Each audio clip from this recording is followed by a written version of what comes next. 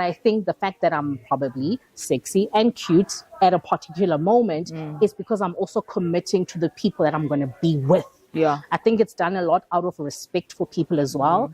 So, and I think that's just how generally I go through life. That's awesome. I mean, that picture there was a themed event. I will go shopping for it because I believe they made a theme for a reason. Absolutely. So that when we show up at that theme, Yes. it's to really gel with the space as Awesome. I love this. I hear core values of intention, commitment, and you just don't do things for the sake of doing things. It's purposeful, right? And congratulations on your marriage. Yeah. So I like doing research on the people that I'm going to interview.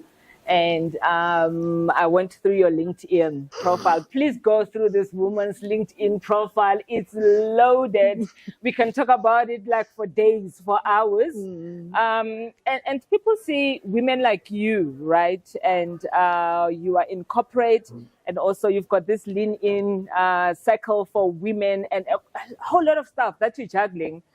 And they don't realize that as a superwoman as you are, sometimes you also experience those down moments, those blunders. Is there one in particular that you'd like to take us through this evening? It's probably one I will struggle with for a while, but I think sometimes when you're conscious of what's happening around you, you tend to be a lot more intentional about how you work around certain things and how you work through certain things.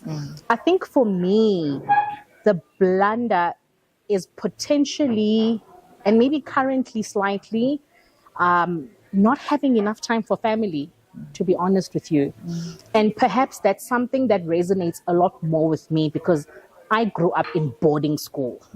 So my parents sent me to boarding school at the age of 11. So I was extremely young, right?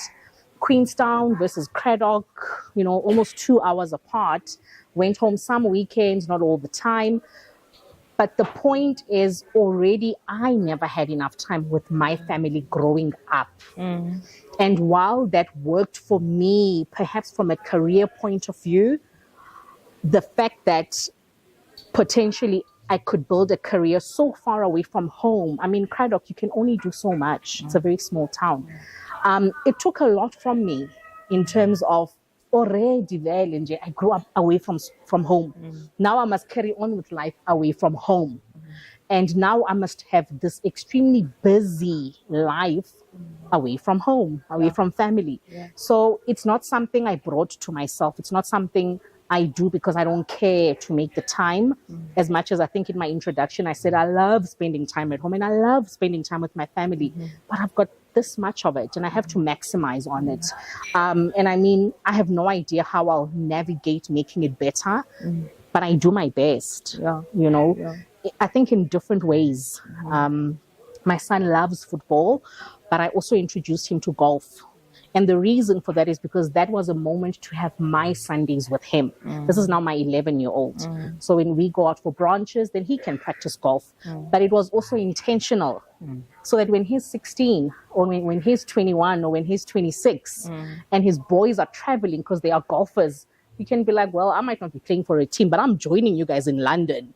Yes, for a golf because I can swing, and I can putt and I can do whatever. So those kind of things are important for me because as much as I don't have enough time for them, when I do make the time, it's also for the things that are important for us as a family in terms of the time we spend, but important for them in terms of awakening them as human beings, even to their futures.